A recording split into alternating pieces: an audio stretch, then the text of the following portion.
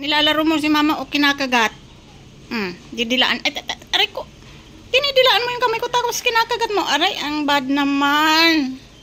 Kala mo siguro pusa din ako, no? Masakit kaya ang ipin mo? Bad talaga yan. Kinukuha yung kamay ni mama tapos kakagatin. Bad. Kukunin naman yung kamay ni mama, oh. Didilaan tapos kakagatin. Aray ko. Bad ka talaga. Dito naman talaga si mama kanina pa eh. Ikaw lang ang nagpakargay tapos kakagatin mo ko. Ay. Kulit mo, Siopaw, ha? January to na, Siopaw. New Year na, magbago ka na. Huwag ka nang nangangagat. Bad ka. Ibalik kita sa kalye. Gusto mo ba ibalik kita sa kalye, ha, Siopaw? Gusto mo balik kita dun sa pinanggalingan mo? Bad yarn. Nangangagat. May bisita ba tayo at naglilinis ka ng katawan mo? Ang kaibahan ng pusa, guys, less maintenance sila, ng bulol-bulol na tuloy ako. Ano ba yun sa Tagalog? Hindi sila gaanong kailangan na ipag-groom kasi hindi sila gaanong madaling bumaho ba. Hindi katulad ng si Choco, ayan o, si Choco. Si Choco ay Shih Tzu, pure breed. Pag hindi namin na ipapag-groom yan ay nangangamoy pa.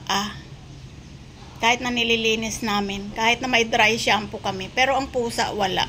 Sabi nila mabaho ang tae ng pusa. Oo, mabaho naman talaga kahit tae ng aso, kahit dog food ang kinakain, mabaho eh. Pero pag lagi ka namang naglilinis ay nawawala naman ang baho o kaya may taihan ka ng pusa na yung buhangin. Pero ako kasi hindi na ako nagganon-ganon pa, patawag nito. Hindi na ako bumili ng taihan ng pusa kasi nililinis ko na agad. Sa CR sila nagpo-pop sa CR. Tapos kapag naamoy kong may pop na, kahit medyo malambot pa yan, dinadakot ko na ng tissue. Kaya hindi kami nawawalan ng tissue dito. Pangdakot ng mga poops, yan. Poops ng Siopaw. Yan. Pero syempre, may mga vaccines din yan. May mga yearly vaccines din yan yung mga pusa. Nasa sayo na lang yan kung susundin mo. Pero kasi kami, sinusunod namin kung anong sinasabi ng vet para healthy sila. At saka iwas sakit na rin. Iwas na rin makahawa sa kanilang kapwa. Mapaaso man. Kasi may mga sakit daw ang mga hayop ngayon eh. Parang yung kapatid nito, 4 sila, namatay. Pero dinala nila sa vet, di na naagapan. Yan. Yan si Siopaw. Happy New Year, Siopaw. Sinong nagbigay ng pangalan ni Siopaw? Kasi lalaki pala siya, guys. Ang pangalan sana niya ay Samantha.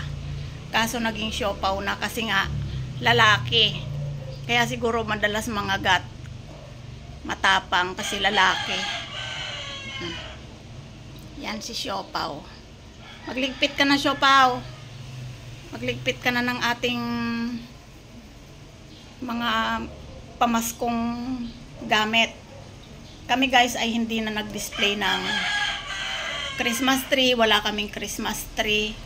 Kasi nga, tinatalo ng mga pusa, tinutumba ng mga aso. Ilan ng electric fan namin ang magaganda. May remote pa na tinumba ng mga aso kasi nagtatakbuhan sila dyan, oh. Kaya ang aming mga malalaman mo lang na Christmas kasi yung spirit ng Christmas sa amin ay sa tablecloth, ganyan. Pero meron kami sa taas na, ano bang tawag nito? Garland. Ayun oh. Yan. Yan, garland yan. Yan. Palibot yan dyan. Papakita ko sa inyo, guys.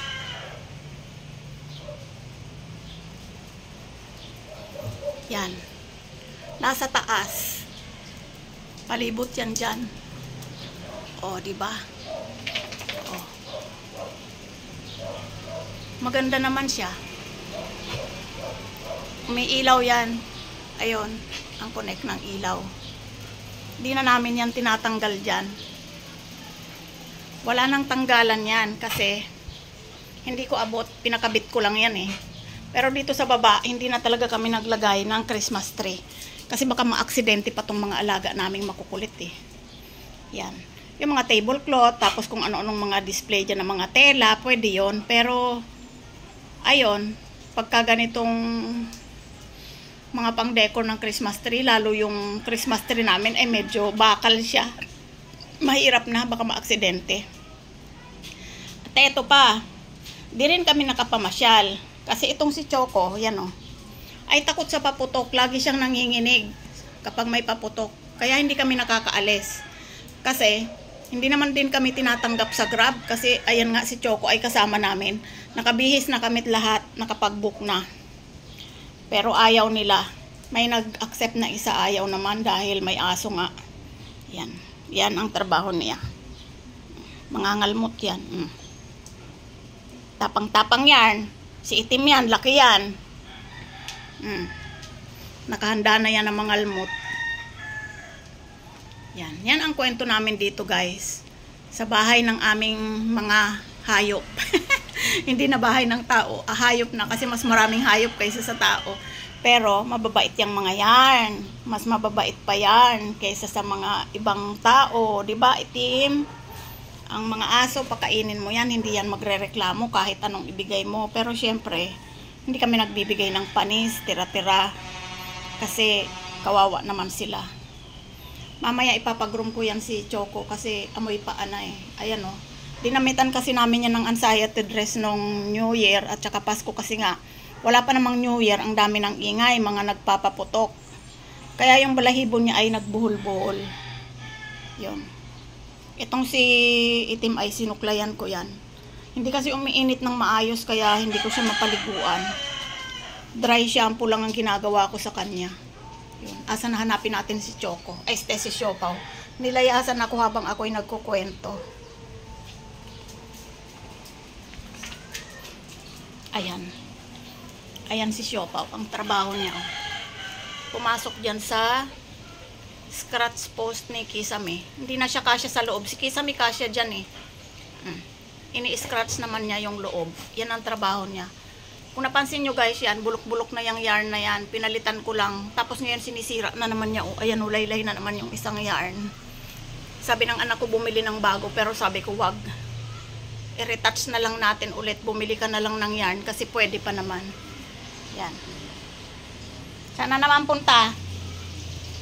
Ha? Siopaw?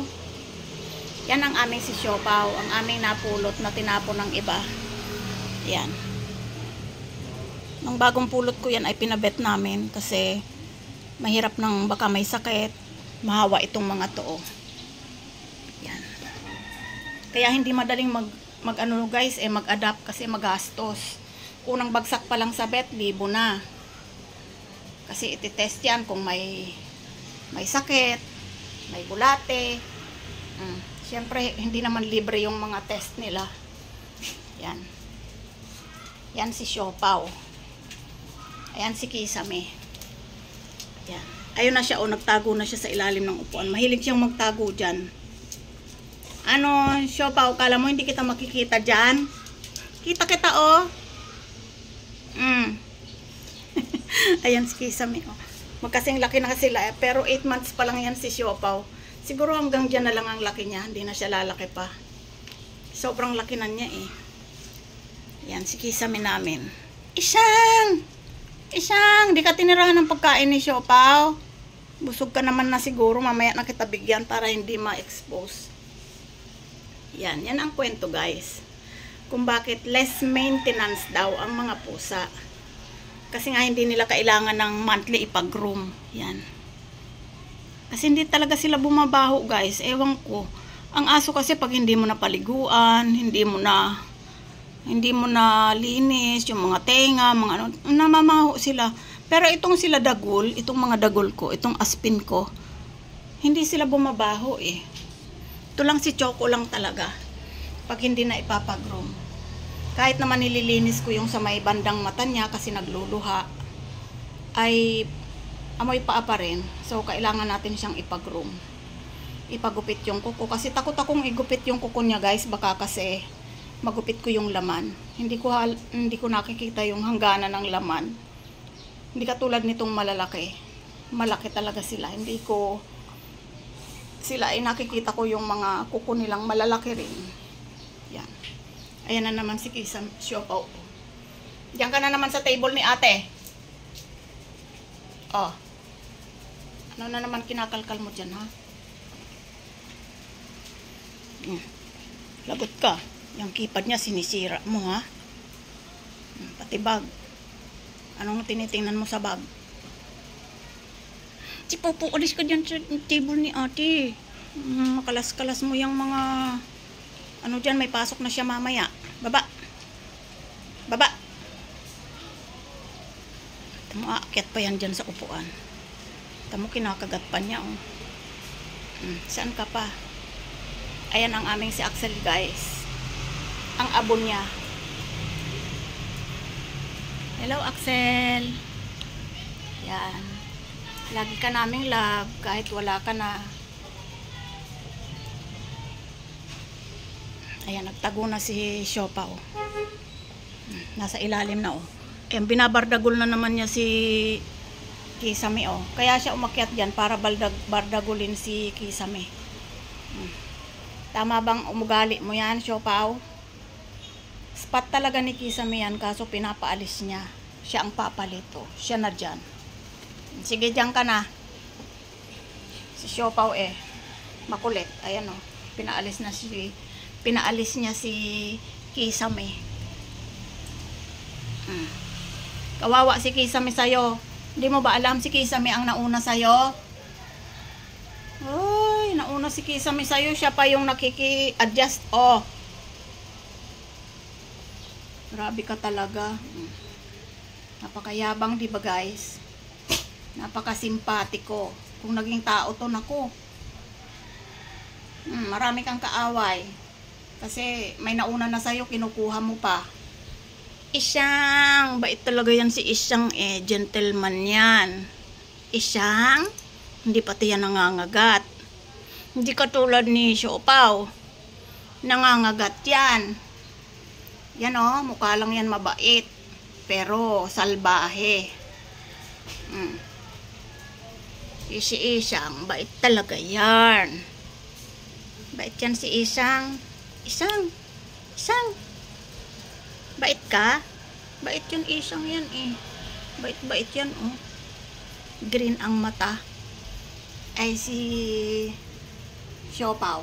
Anong kulay ang mata mo?